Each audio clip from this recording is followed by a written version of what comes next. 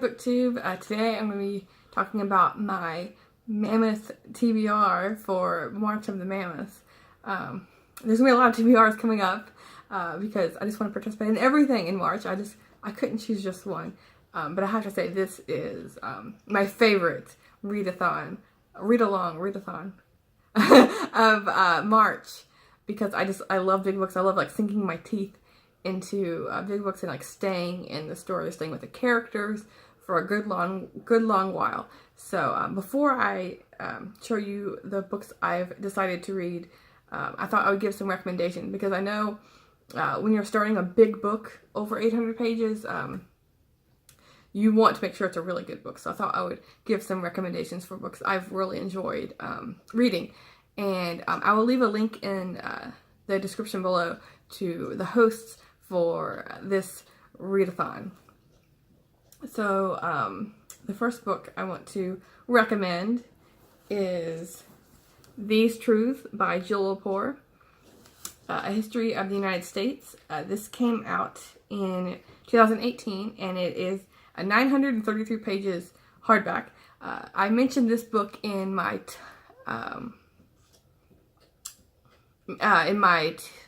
favorite books from January, because I just read this book in January, and it was really good. It really stuck with me.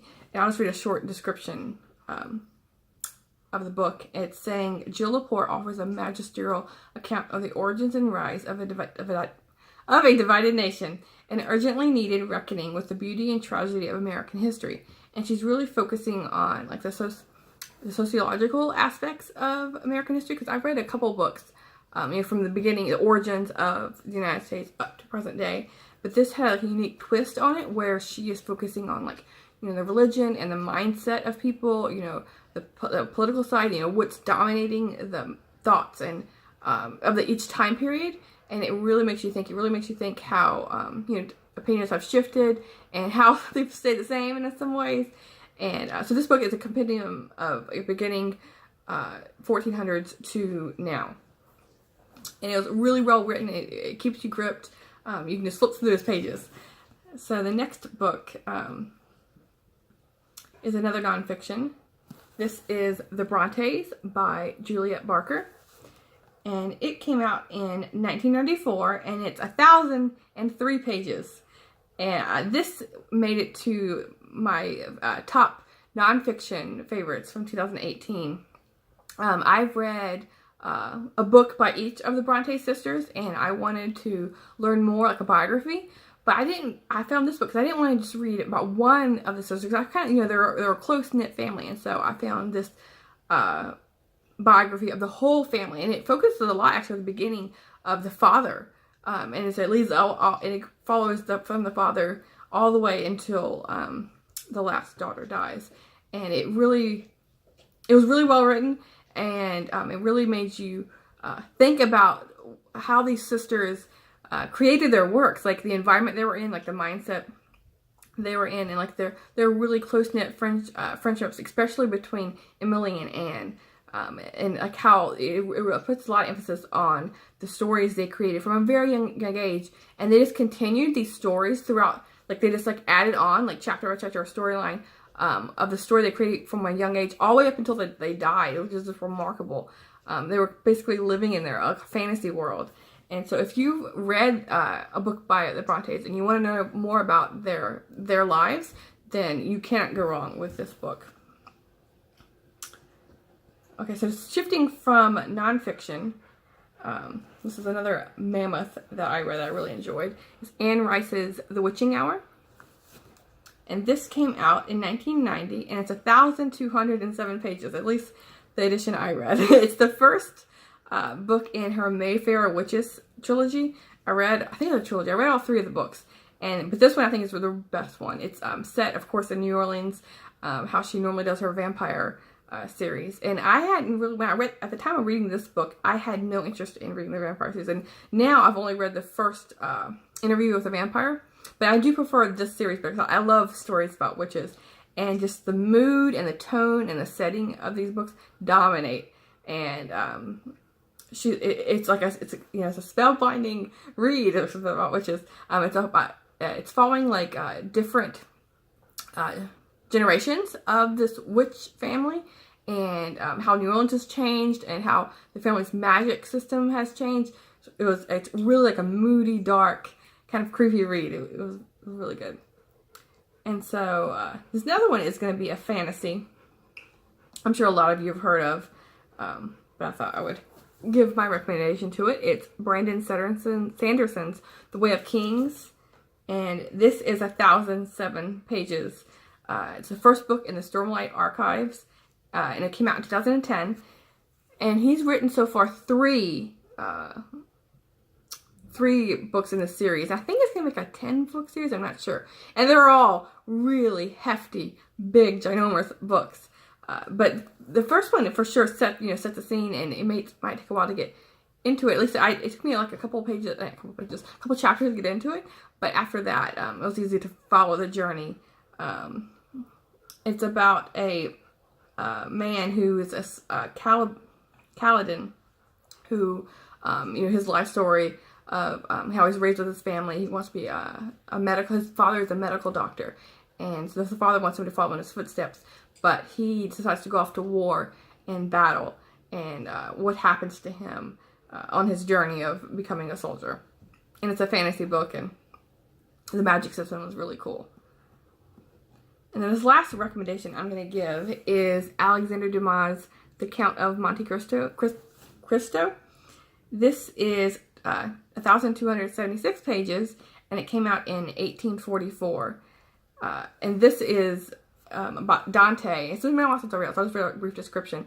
It's about, in 1815, Edmond Dante, a young and successful merchant sailor who has just recently been granted the succession of his erstwhile captain Leclerc, returns to Marseille to marry his Catalan fiancée Mercedes. Thrown in prison for a crime he has not committed, Edmond Dante is confined to the grim fortresses of If. There he learns of a great hoard of treasure hidden on the Isle of Monte Cristo. He becomes determined not only to escape, but also to unearth the treasure and use it to plot the destruction of the three men responsible for his incarceration. And so this is heavily focusing on, vengeance. And because he's in jail, in prison, for something that he didn't commit.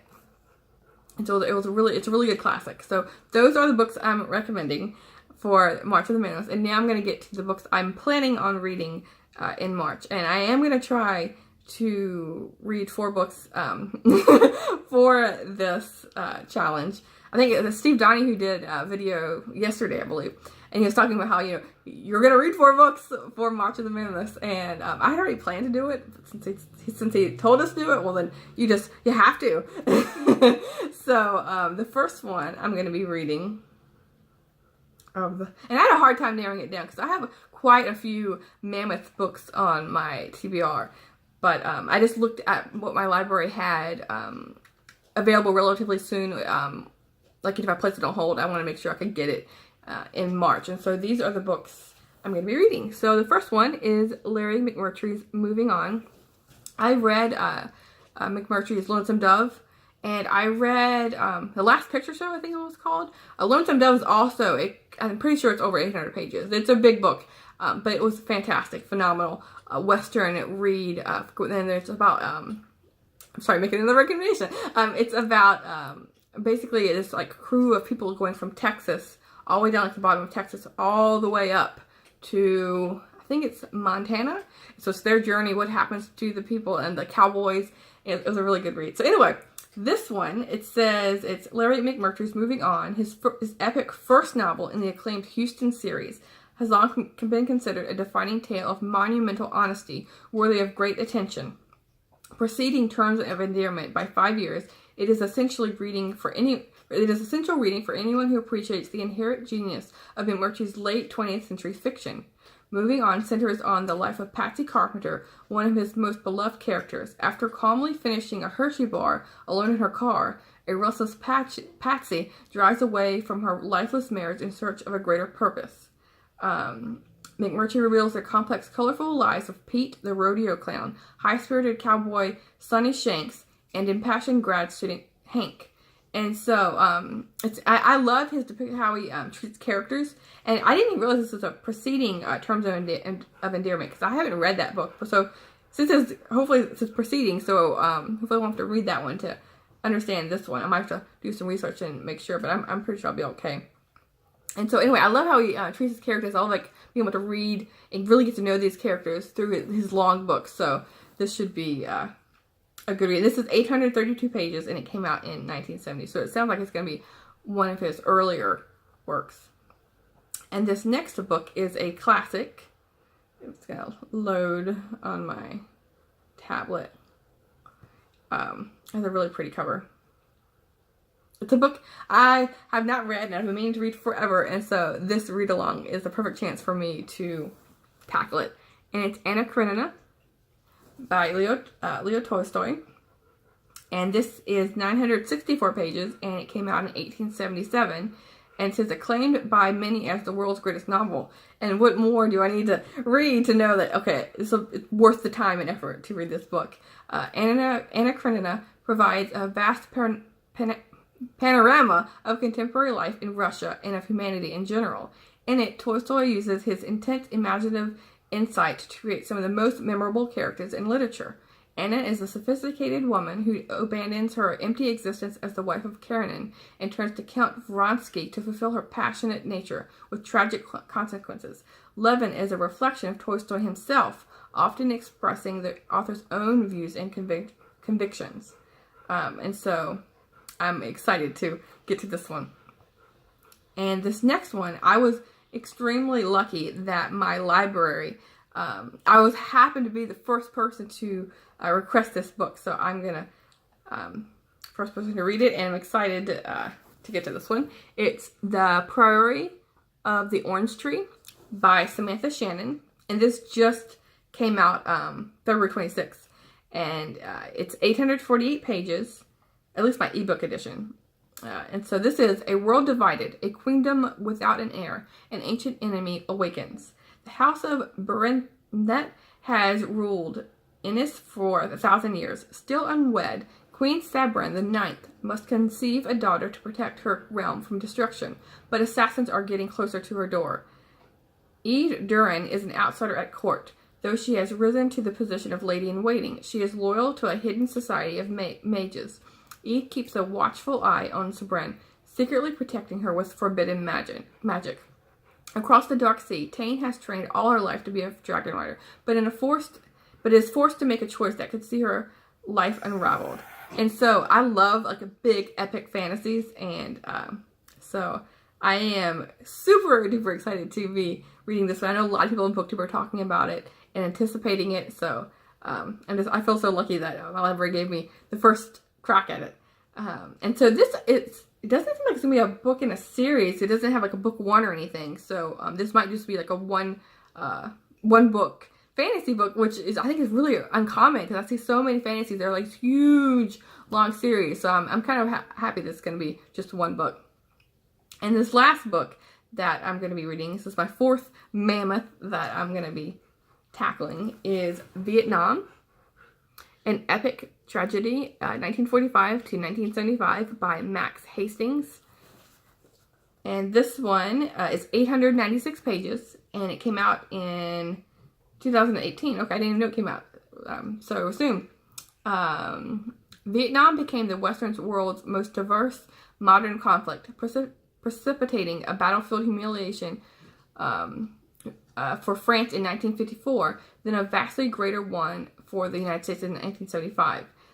So anyway, this is going to be, I'm sure, like a soup to nuts book about the Vietnam War, which I have never read. I'm pretty sure I've never read a nonfiction book about the Vietnam War. I've read like snippets here and there, if it's, it's in other books, or I've read fiction books that include the Vietnam War, but never like a beginning to end story of the Vietnam War. So this is another push for me to pick up this book. And so these are the 4 books I'm planning to read for March of the Mammoths. I wish me luck. It's a lot for me to read, but this read along is a perfect way push for me to read them. And so yeah, let me know if you've read any of these, or if you've read any of my recommendations, or yeah, just let me know if you're planning on participating in this readathon. So yeah, see you soon. Thanks, BookTube.